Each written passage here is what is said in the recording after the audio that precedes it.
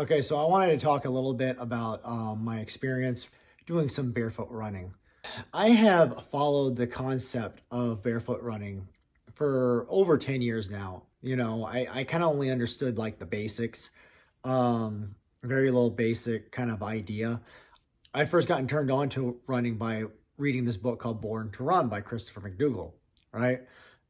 At the time of my life, I was in the Air Force. I was 28 years old. I'm 44 now.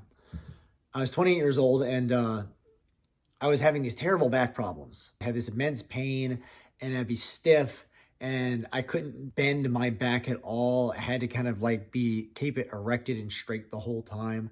And it would go out for like 3 days at a time. And so that was something that happened pretty frequently. For like a couple months. I want to say it was a couple months. You gotta think it's been well over it's been well over 10 years, like almost like going on 15 years since I was in Japan when this happened. So my memory's a little fuzzy.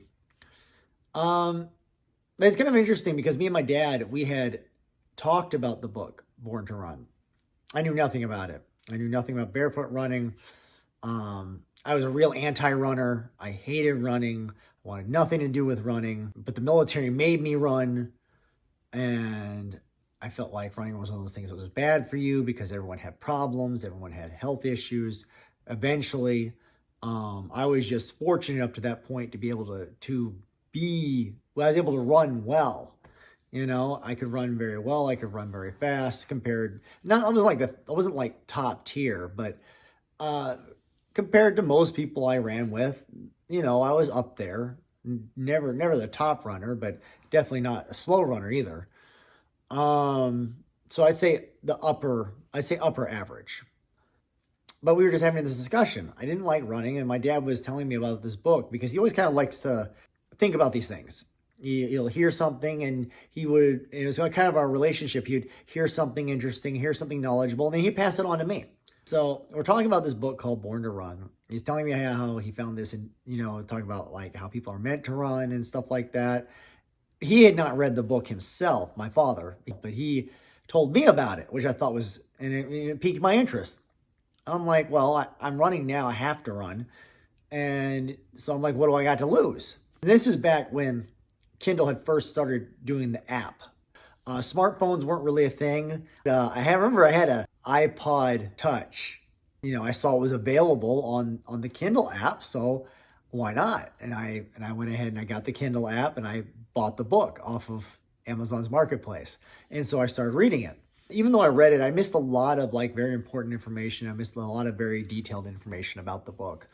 But what I loved about it, what made it so easy to read was it wasn't like a workout book. It wasn't an instruction book. It was a book that was written like memoir.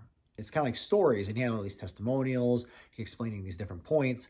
And it was just really very interesting to kind of like see this story unfold into this crazy race at the end of the book. It's almost this story of self-discovery. The one tip I took away from it, because at the time I hadn't switched over to the barefoot running. I hadn't tried it. I had basically decided I was going to try to get something out of it, right? So the one thing I did notice, the big thing was about landing on the forefoot. Landing on the forefoot and versus landing on the heel. I took that and I ran with it. Sorry, that is a bad pun. But I make puns all the time, so you're gonna have to get used to that if you want to keep watching this. So I ran with that, and I decided that I was gonna try it. And at first, the very first time I tried it, I could not land. I like by the end of the 3 mile run, because not to digress, our command wanted to make sure we could make the 1.5 miles, so they had us do a 3 mile run. During our PT days, we ran 3 times a week, 3 miles, every day we ran. So we could make the 1.5 miles when our PT test came around. And the first time I did it, I couldn't even make it. I couldn't even make it a full mile. I think I made it like a half mile, 3/4 of a mile before. I just couldn't I felt like my calves just didn't have the strength for it anymore. But as I kept going over time, I got stronger. I got better. And there was definitely some growing pains to it. I started getting shin splints, which I'd never had before. But eventually, I just tried to listen to my body and take a break and not work my legs as hard. When that happened, kind of backed off. Then when I felt like a little bit more ready, I'd start pushing myself forward again. I had the luxury to have some variance as far as how good my runs were. So eventually, I want to say like 3 months into this, maybe 4 months into this, it gets to the point to where I'm not only running at the run, I'm running from base housing, which was basically a bunch of apartments because I was in the middle of Japan. You didn't really have a lot of options for houses in Japan. So I went to base housing. So I ran from base housing to the run, ran the run, and then ran back to base housing. I think by the time I was done, I was clocking about 6 or 7 miles a day, maybe even a little longer. At least I think I was. I thought I was running 9 to 10 miles a day, but I don't know. I don't know. It was I'd say 6 to 7 miles I was probably running. And I just kept running. And it's crazy because I had gotten to the point where I actually kind of enjoyed it. Now, a side note, when I started changing the way I ran, very abruptly, not really knowing what was happening, my back pain went away. I don't know why my back pain went away. I can only assume it had to do, I can only assume that the fact it even started had to do with the fact of the way I was running. That's the only thing I can attribute it to. Granted, I have no data, I have no solid facts, I have nothing to really go off of. This is only really just a testimony of my personal experience. So everything I'm explaining is basically opinion. But it's just the fact that I had gone through that. And then as soon as I changed the way I ran, my back stopped going out. And to this day, the only thing I can only assume is the fact that is the way I changed the way I ran. And my back has never gone out since. I can't think of a time since 2008 that my back has gone out. Now we're in 2024. I decide I want to start working out and I want to start incorporating running into my routine. I want to incorporate running into what I'm doing. And that's what I started doing. I started incorporating running, but I really wanted to try the barefoot thing out, but I didn't want to go barefoot.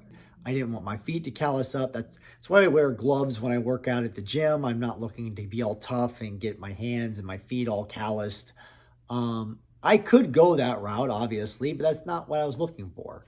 It's not what I wanted to do. I'm not trying to, quote unquote, be tough. I'm trying to take care of my health and I'm trying to take care of my well-being. So things like that are really meaningless to me as far as like trying to prove that I'm tougher than someone else. But I wanted to have some semblance of barefoot running. So every time I looked at any type of barefoot running shoes, oh my gosh, the prices of these things are ridiculous. I just like $100, $150, $120. And I just didn't know where to go. And I didn't know what the right ones to do. I started running more often in general, but I was struggling with the fact that I was having problems with my plantar fasciitis acting up. It wasn't acting up all the time, but it acted up. So I just didn't know what to do about it. I figured the next thing was, well, maybe I should try barefoot running. And then I went ahead and, believe it or not, I didn't read it. I listened to it in audiobook, but I listened to Born to Run too. The second Born to Run. All right. And that one reads a little bit more like an exercise book. It has the same thing about the testimonials, the people, the stories, the things they did. It still had more of that workout routine kind of like peppered into it. Right.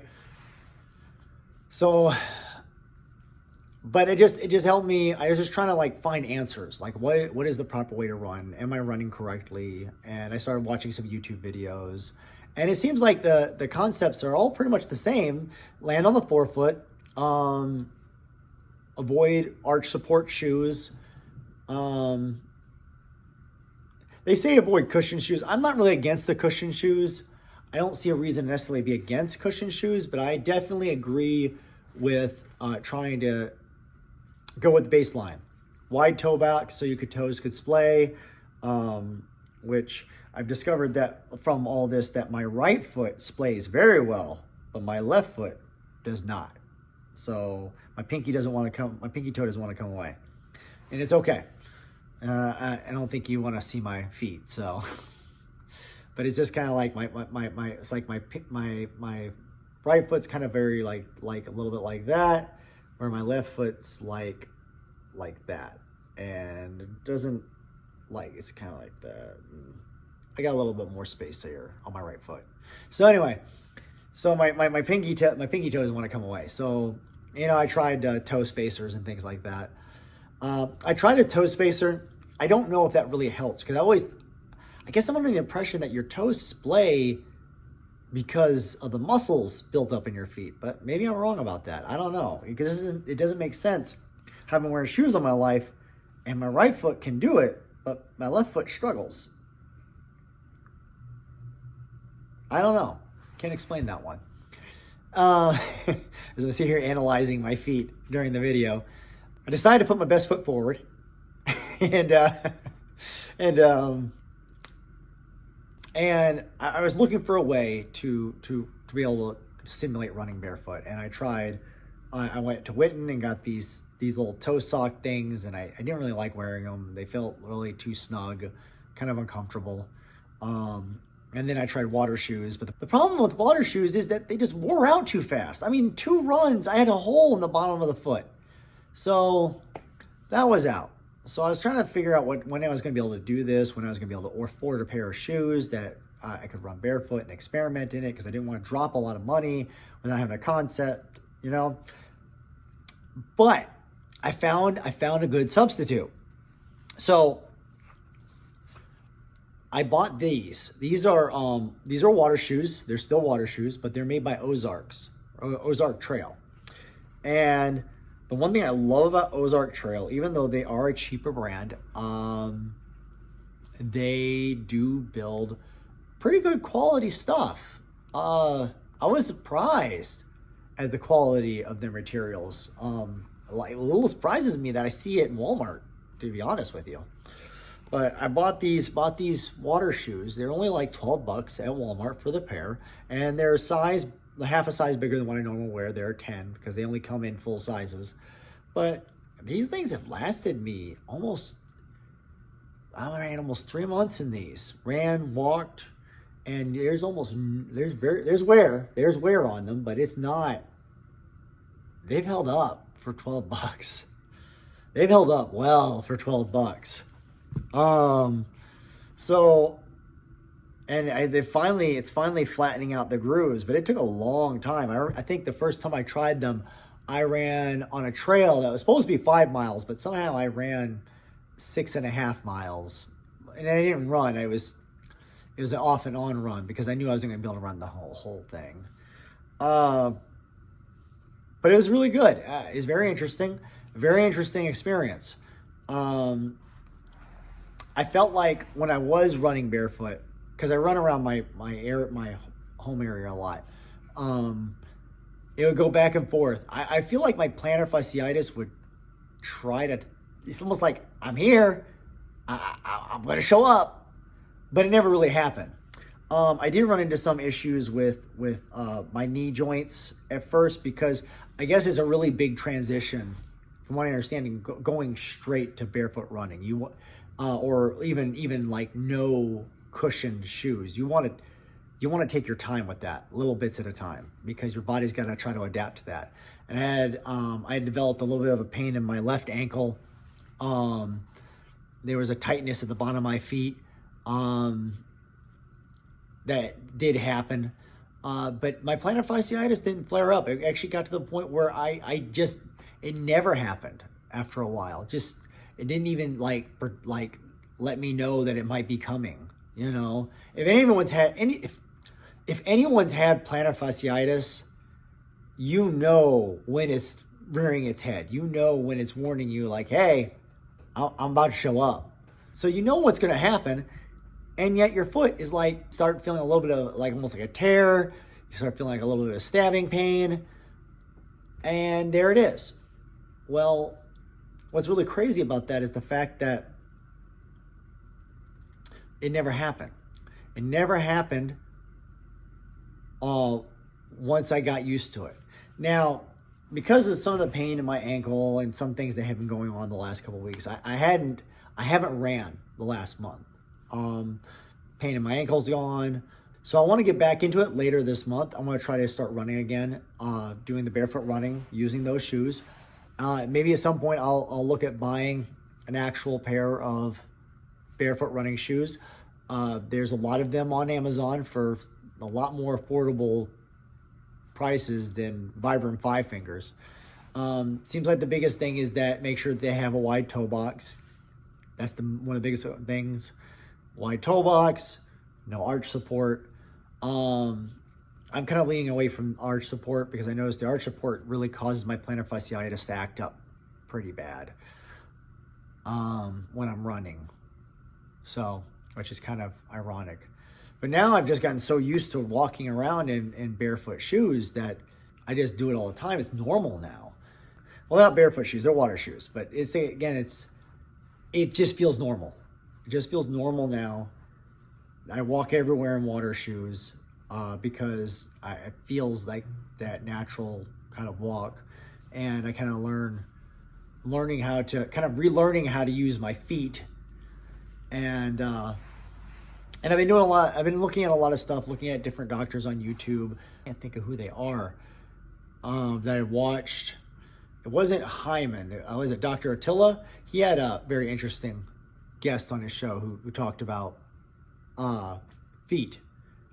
Yeah, so I think his name's Dr. Peter Attila, who talked about feet and like how we're supposed to splay, and she really kind of broke down a lot of things and how, you know, we've been kind of really behind on the sciences because we haven't we've got this kind of this dead space with running shoes, which is all very interesting. But this has been like my experience over the last couple months. I will definitely say that there are some ways I've seen like improvements in the way I run, improvements in the way my feet feel. Definitely some growing pains that I'm trying to figure out. At the moment, that's about it. I don't really plan these things. I'm just kind of like sharing my experiences. I don't want to like oversaturate it. If you have any thoughts, any comments, again, this is kind of an open discussion, open conversation. I'm always welcoming anyone who, you know, wants to bring out their opinion, bring up information. I kind of want to make this a platform where we're all kind of learning together and sharing like what's going on. So this is more of a discussion than an information video. And so I hope it, you know, at least helps y'all, you know, and when you're trying to go through your path, trying to figure out whether or not you should barefoot run, trying to figure out, you know, maybe I can start trying to tackle more specific things. But again, it's all going to depends on how the channel grows, depends if I get time. We'll see if I can continue to create more content or if I can continue to share my thoughts and opinions and try to get more information out. Any videos I suggested, any information about stuff I've looked at, I can put it below.